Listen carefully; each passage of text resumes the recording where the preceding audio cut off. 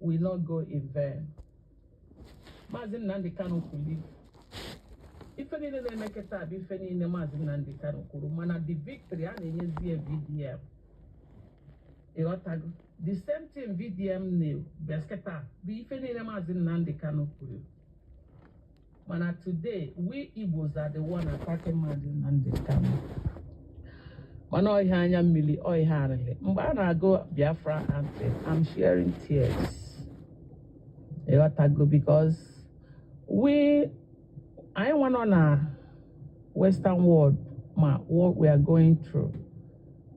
But I cannot delete you put that. Now, get one boy, Anye. And I'm a superwoman. I will continue to honor you. Other is the money we put Uria. Now, one Nigerian government saga. Now, what had the bitter truth? Now, what had the bitter truth? Easy. So I greet you. Okay, now one make your bed there that look at what you want to do. You want to go? Where's it go? Okay, no problem. Naturally, each allo he spend 1 million to give to people. You know, and see go okay, not them. And you decided a big hand on me, which I choose. Okay, and care. Because this naturally touched the heart of the poor people in Nigeria. Because Nigeria now, the poor get poorer, the rich get richer. The way the medium persons, moderate persons see about one kezika onye obele nde nwere ka ora faxi ebe. Look at that girl bulo onwe. At least no maka agụ ka o ji wee je visit be that guy na hotel. If not, obu no delia na ha na-eli normal food or manga. Iwatago. So iwe gwa m na ịchọ ebe ị ga-eme aka the thing luo ụmụnne anyị nọ na Nigeria agụ nọ na the zoo, the zoological country called Nigeria. Obodo Chineke bugolo ọnụ. Iwatago.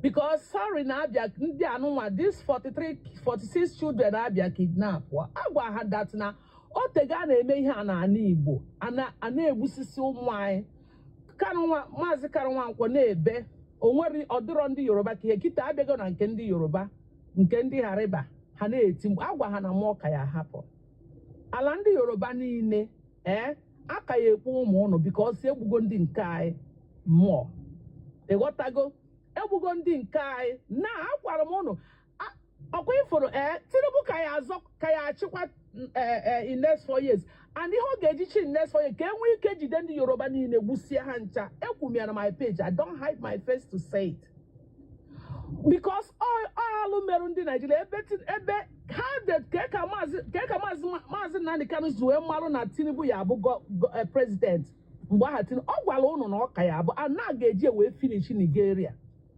and all but I go weli finish mana nwute anyị today bụ na anyị nwabụzi ndị Igbo na fight zi onwe anyị jezie na adịli ndị Yoruba ịghọtago so mgbe anyị na-ekwu na ọ chọrọ the war ga-esi wee touch our Igbo people nọ ata afụfụ nwe si okay for you to do that you have to know ijere ka ị ga-eme no ijere ga-eme ya and which mgbe o mekwana ome ka mmalụ so today us not for his birthday for her birthday that she can be spending olote na ụmụazị be anyị na-ata afụ n'ala Igbo na ọdị enwe aṅụrị so ọyọkwa m biko na m ga-abịakwa today ka m kpelie ekpele ọ bụrụ n'ọmụ kachabụlụ esent ọ bụrụ n'ọmụ kachabụlụ holy person mana she believes in me ewatago so biko birthday ya ka ọ na-eme she added a year into her life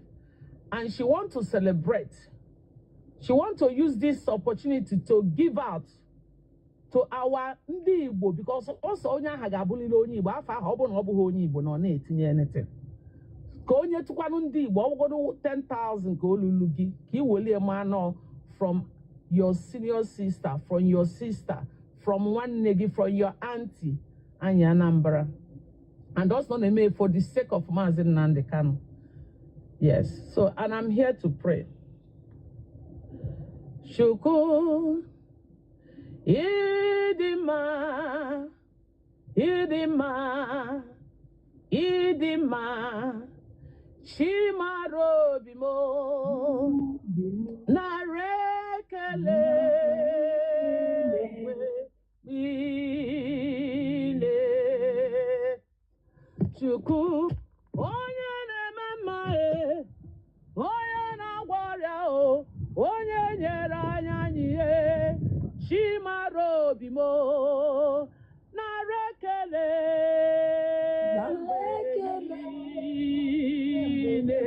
Onye nyere anyị ndụ, Narekele, Chimarobimo, Onye nyere anyị ndụ, Narekele, Chimarobimo.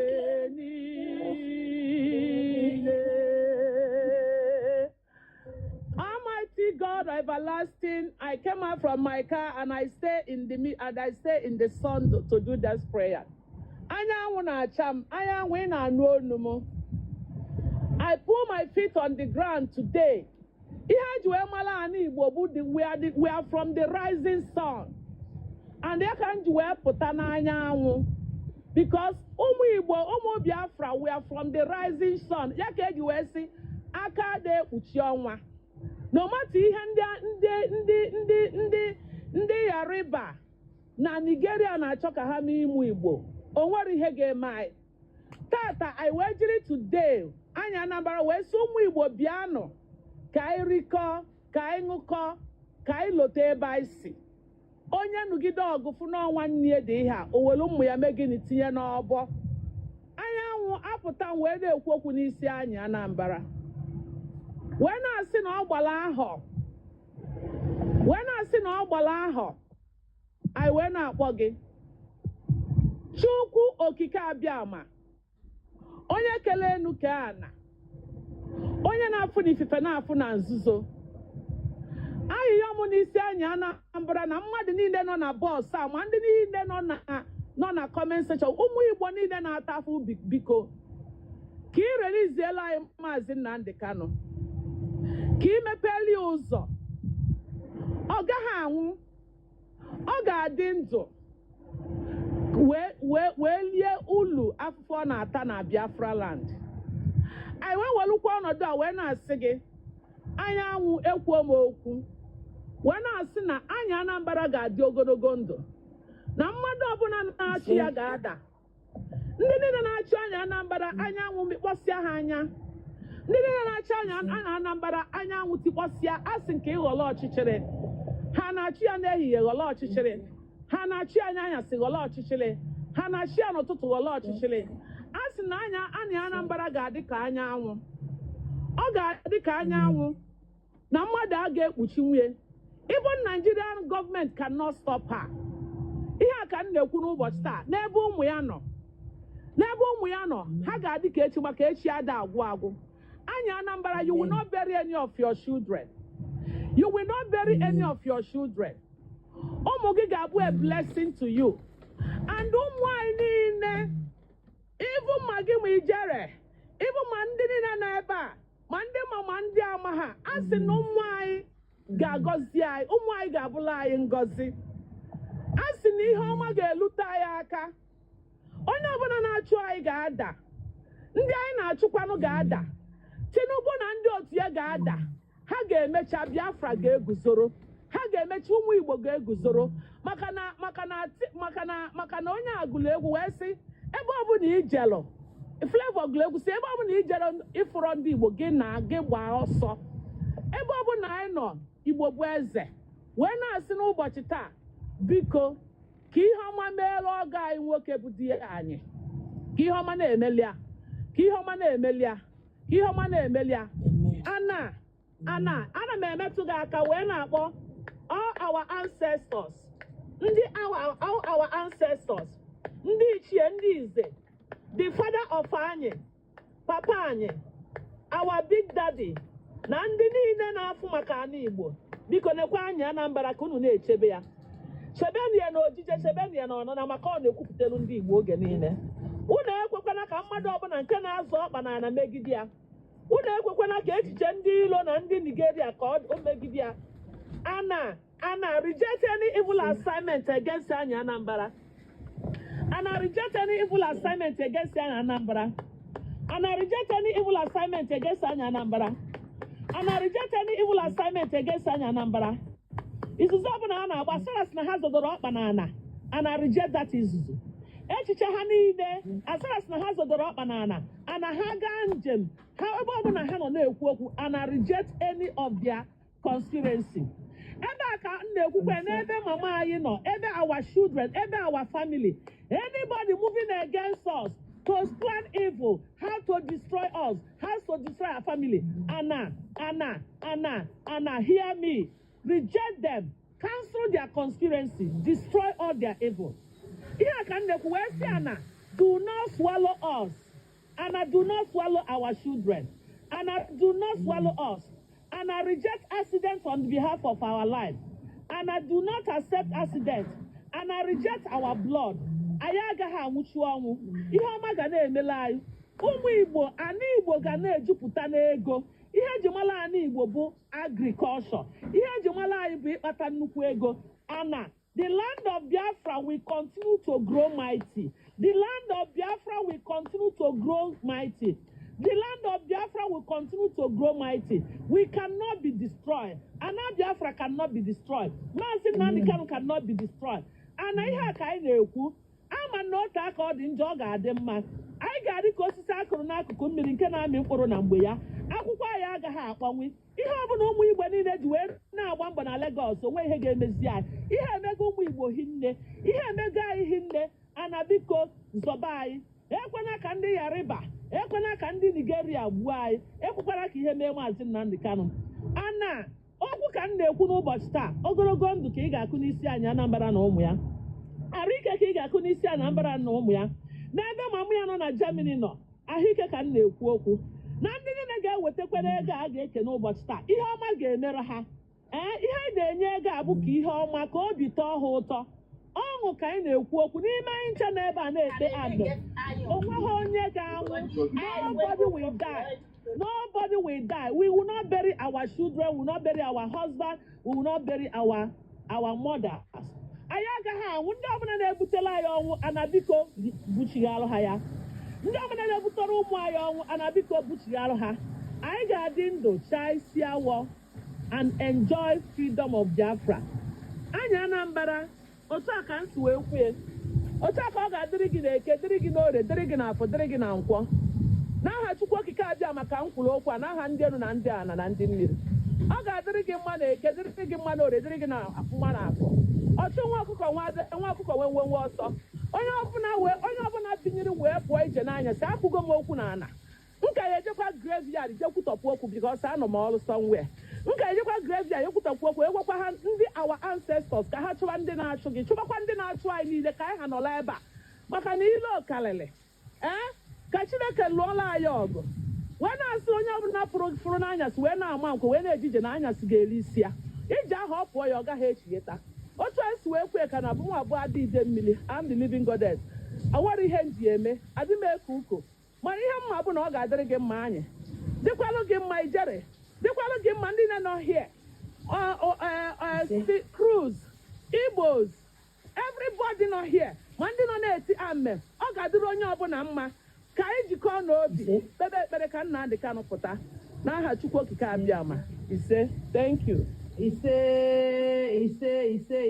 ka anyị kụpụ aka thank you my sister sound effect ka anyị kụọrọ nwanne anyị nwaanyị aka thank you ekpere nka ọ banyere okpechasịrị ekpere ghara anyị jewarazie mba ọ na-abịa ọ dịka netwọk butụrụ ọ na-abịa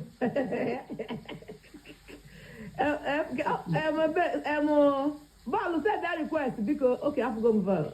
Okay. Hello? I've sent you achọrọ m iwepụ kamera m ịghọtago because eyipụ m my uniform oyipụ m my tọl ihe na m anọ m break So, we're permission. Oh, so what graduate mama got 50,000 one before nego on that cage is ready to. Hey, because okay, let's start. Okay, Cruz Niger, thank you so much for coming. Cruz Niger, where is Sham? Sham is not here. I tried reaching out to him, but his number is not connecting. So I don't know. You know, our movement in this Nigeria now, on guard. If you look at your location, is not safe. You off everything. Why now? What's happening? Any for sure now? Me, I'm on better run like this, but let's forget about that one. Let's go on. Okay, we will talk for WhatsApp. All right. Okay, no problem. Welcome. Igbo must go. Welcome. Okay, so we're going to start bringing people now, right? Ijele, right? Yes. Thank you. Welcome, Igbo must go. All right, so let us start. Send your requests, and you must get at least up to 1,000 followers. You know, thank you so much, my love. Thank you. So that you'll be able to. So this is how it's gonna be, right? This is how it's gonna be. If you come up here, you're going to open your camera, all right? And you're going to tell us why you need this money, okay? And I wanted to say something. If you don't have up to 1,000 followers, maybe we can pass that. What do you think, guys? Is that okay? If you don't have up to 1,000 followers, maybe we can still, consider. Maybe we can consider. I think you should consider everybody, please. Consider it, but onye enye something. Onye ga-ekwulile okwu. So onye ọbụla ga-enye something ga-ekwulile okwu. Ndị ịghọtago. So from their voices, we will not know na-enyego onye aha before because they can use the different accounts. All right. Yeah, with their voice you can track ọbụna onye a na-ekwu anyị asị mgbe onye ekwugo okwu before. And I believe ijere ya machakwa then ndị onye bugoro na ndị onye bọhọ. So and every other person ịghọtago. So onye ọbụla a ga-enye a ga-enye mama gị debi nọ na mma gị na-ata afụ ịmara ebe ahụ ị ga-anọ itinye mama gị na call mama gị ekwukwe n'okwu kpekwa n'ekpele so that is it because o nwere ndị mama ha na-ata afụ ha nwa na-atakwa afụ but they just want their mother to get the money so emekwenu ka anyị mara na your mother ya nụkwa n'onu your mother anyị fụkwa onu mama anyị ya ama because of our mothers and the ụmụnne anyị na-ata afụ because this girl egburu ọ bụrụ na ọ bụghị maka ego anyị what do you think this girl gburu onwe ya ọkaghara enwu ịghọta kịta ihe afụ ka mamụ ya na-asị na ya bụ life ya niile so all that girl na struggle for the family so God so biko thank you. All right, thank you for that suggestion. That's why I asked, right? Because I can't do everything alone. Right? I can't do everything alone. That's why I have to ask questions so that we can, bring up ideas, right? So now, I don't know. TikTok just said that they suspended I don't know what TikTok said. They said I have been suspended. Your gift. Oh, right. Your gift. All gift that I had to do. You report to call him. I think of the report to call him. Abule. Your number, my appeal. They will release it. Appeal to them. This is actually the first time it's happening. It never happened before. This is the first time. Oh, that's yes. Only I was a gift in the market. May I appeal? Appeal. I did already. No, okay. Do a restricted give that you are helping your people. I don't know what's their problem. I don't know. Okay, so let's start. Who is the first person in jail? Ndị nọ n'elu ebe a na biko ọ bụ na ịda connect bụ with the host ndị na-ewu na ọ bụ na ịda connect bụ with the host and ife nọ na box a irugodo na amado mmadụ akwa eri ebe ọkụ na-ekworo iri mana anyị na-ego mic na connect goro host ọ bụ na ị na ebe a na ị na-watch anyị connect ya the host ịkọnetị onye nọ na blọks a biko ịgbakọta elu ebe a ịnụrụ ihe kwuru ihe mmụọ nọ wee sọplai ego ịghọtago ibe anyị na-eke ebe a tata bụ 1 million ọ dụrụ izi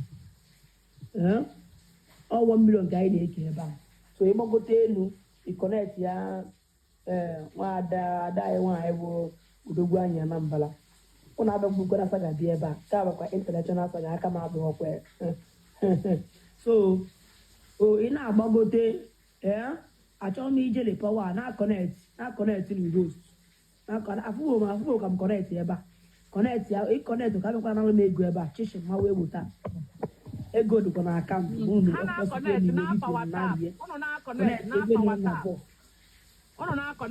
apawa tap na-akọnetị na-apọ tap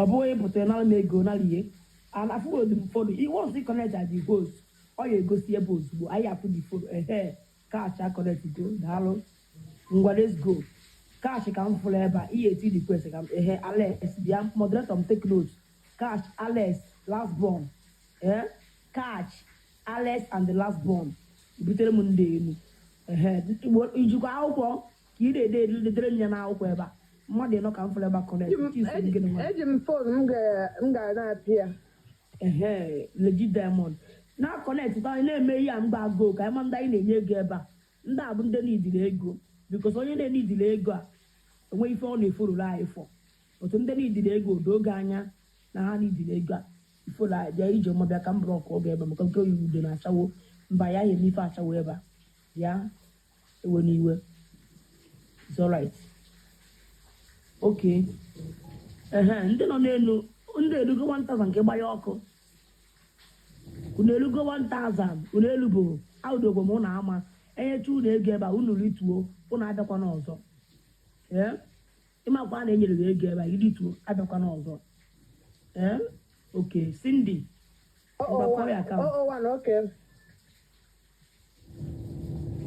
but ijele onye ha ga-ekwu na ihe o nidiri okay onye your moderator right anyị na-ejere na-arụ anyị Anambra anyị na-arụ all right okay so mgbanụ kwuo na ihe anyị kwuru kwuo na ihe anyị 90 okay Sandy ahụ m Sandy ahụ m onye Igbo okay ngwa kwuo ahụ m Sandy ahụ m onye Igbo ahụ m onye Anambra anyị nidiri n'ego ka anyị were tachiri ọsa onye ha ji anata dị ego na anyị Anambra power happy birthday once again. I wish you long life, more money in your account, more prosperity. Thank you so much and God bless you. Okay. Ngwa kpọọ akaụntụ gị. Chedukwu ka anyị bịa. 90. How many of my moderator never? How many of my moderator because I will Mwa goddess nonga and sugar. Nge wepụtara sugar nke ya. Sugar. Okay, ijere. No wahala. Oh. I'm gonna goddess. Okay. Mba lapụ nda. Anyị bụ anọ ebe a. Biko butu onye bụ Nigeria emblem ya ga-echenje picture agbagote. Igbo must go gịnị? Onye bụ Nigeria coat of arm ya gbatuo ihe a ga-echenje. Onye muturu Igbo must go. Ebutu nye na ọ so bịa. Igbo like in Nigeria. Igbo biko na onwe ya iji wee jide ya don patuo. Wepụ picture emechi ga-etinye after this program. Igbo must go. Happy It's not by what anybody carries. So onwekwara ihe mmadụ biko. Ihe abụrụ issue. Onye campaign Nigeria here. Anambra doesn't like Nigeria. Nigeria is at war with Nigeria. So let her change it or lost to biko. Nigeria here. It's okay. Let her. It's okay. Just for today, you know. It's okay. Let's have it. Okay. Go ahead.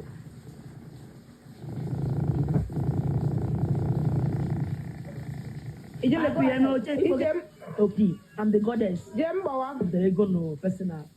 It's the other people. Igbo, when you and you open the ego, okay, I will remove from there. The account. 90.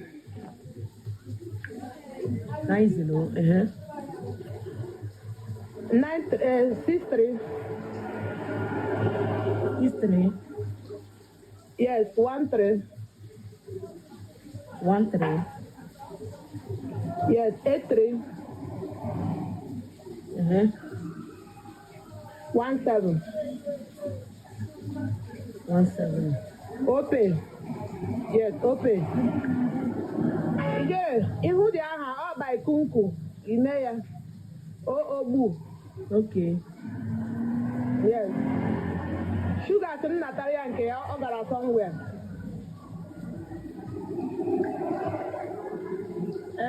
Engineer Bono. Okay, let me just call one. Okay, Abby? Yes.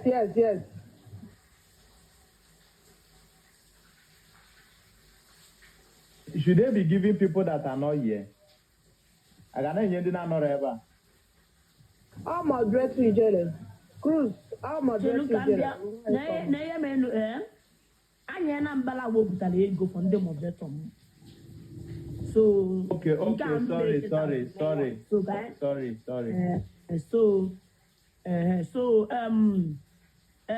Sandy, I was other moderators, both goddess. Okay, goddess one account. I won't even make it to Honor because I got Anya and Barabito. They got bullet. Anya na power. Adi Igbo Chukwu ya everybody wish me happy birthday. Enwere ihe Nigeria gọọmenti ga-eme go ihe ọbụla bụ echiche ndị Igbo ọ ya bịa na mmezu. Aha m bụ Goddess. Mmezi m amụrụ m 2 boys last month. Our future Biafran soldiers. Power Igbo amaka o. My account was 61. 61. 41. 61. Yes, 6141. 37. 37. 62. Yes. 62.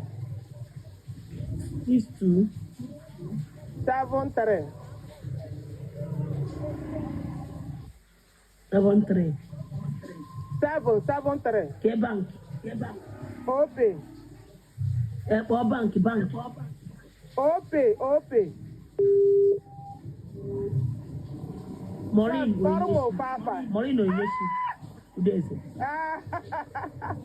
Maureen. Sorry. Power.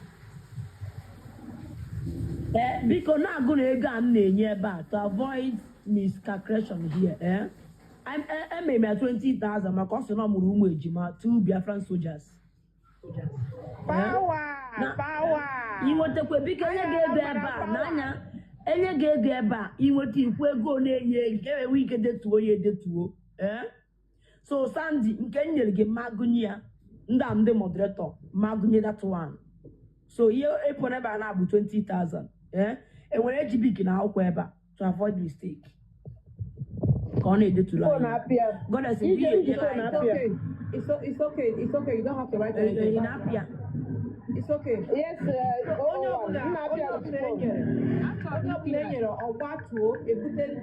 Yes. Okay?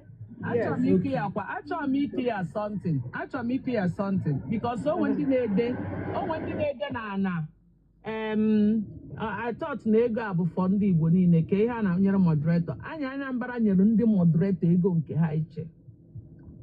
Anyị Anambra gave moderator ijele their own money. And not that ka ọ na-eke. So moderator house ndị Igbo. Hold on. In the comment section, you hear what they're saying. I'm trying to tell them that. Comment section now.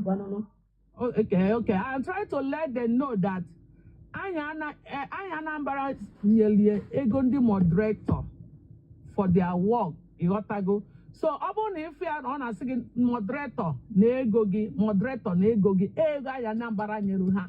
So ọ decide kwa na ọ ga-enyekwa ha from ego ndị Igbo mana nke abụgodi the personal money ndị moderator ka ọ na-oji opportunity ekele ha. So I just want you people to understand what he's saying. So ọ ihe nchọ and enye gị gbatuo ka ndị mma ya agbatukwu ka people full space wee na-agbagote ịghọtago. So ana mgbe ị ga-ahapụ m n'elu ebe a so that onwe ihe ọ chọrọ ịjụ m ya jụọ m. Ijere biko achọrọ m maka mma gbatujebe ọrụ achọrọ m ka inyelu m one of my moderators Sylvester and mmadụ na-abụ ịghọtago ha nọ ofu bụ nke anyị na-alụlụ ụlọ Sylvester bụ nke anyị na-alụlụ ụlọ na be nna ya diọkpara ka ọ bụ so mụnwa na sponsor ha then the other lady ama bụkwa nke bidola ahịa ọkịrịka. So these are the two people. So ha nọkwa here sha mana What's their name, please? Ha nọ here do ha na-echi akwa. So ofu bụ Sylvester bụ ụwa ọma account number ya bụ 70 Sylvester ị nọrọ ebe a na-ede ihe 70356838. Check I'm log in. Okay, in that the account. Style, okay, go style with Dima. And you go, God has good evening. Okay. It's Ijele ka mkpọrọ ga-afa ha onne.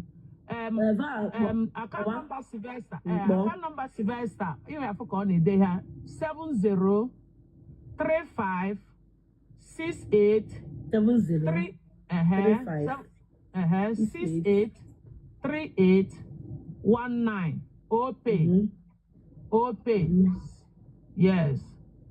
So all the 28 19 OPay Sylvester. Yes. Then Sylvester inwete ya ide na inwetego ya ịchọkwa ịgbagote nu bịa kene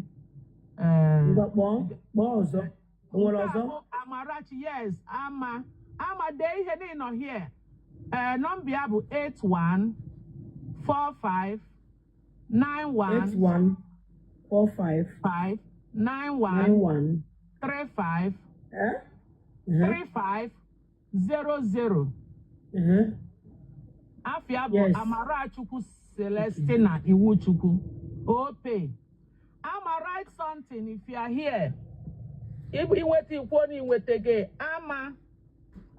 these are the two people. Okay. Let's keep going. All the incorrect. Check again. The account number is incorrect. Okay. 81. Boy again. 45 91 3500. Born on network. In our normal on network. 81. I can hear her though. I can hear her. 45 91 35 00. Yes. Us no OPay. Amarachukwu Celestina Iwuchukwu. Iwetelia? Okay, that's good. Okay. Yes. Okay, so these are the two people. So thank you so much. Ndị ọzọzi mgbalụzisi onwe fa. Anyị, God bless you. Onne. Okay. These are the mmadụ na-abịa enweghị nne na nna na suffering na-ebu. Yeah. All right. Okay. Thank you so much. Okay. Yeah. Let's keep going. Okay. All right. Go ahead. Queen, call your account, Queen. Queen, call your account. Who is Queen? 00. Queen, call your Queen, call your account. No, good afternoon. Is Queen is Queen, hold on, 0. hold on, is Queen your moderator? Abula my moderator, but all one of my fans. Oh, okay. Yeah, Okay, Paul. Queen, can you tell us why you need this money? Good afternoon. Good afternoon. Happy birthday. Happy birthday, Anya Nambala. I did the minute. Happy birthday. Thank you. I'm Queen for Anambra State. I'm from Anyocha local government. So I needed to get my baby's food.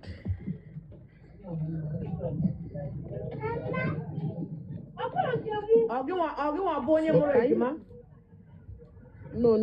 Onye mụrụ ejima agbatugo aka m mụọ ofu ka m mụrụ ofu nwa nwoke ka m mụrụ mụọ m ejima. Okay, you live in Nigeria? Yes. Okay. And how is the economy treating you? Very, very bad. As of now, it's very, very bad. Everything is expensive. Do you have a job? No. So now, the Igbos should start asking themselves, what is the way out?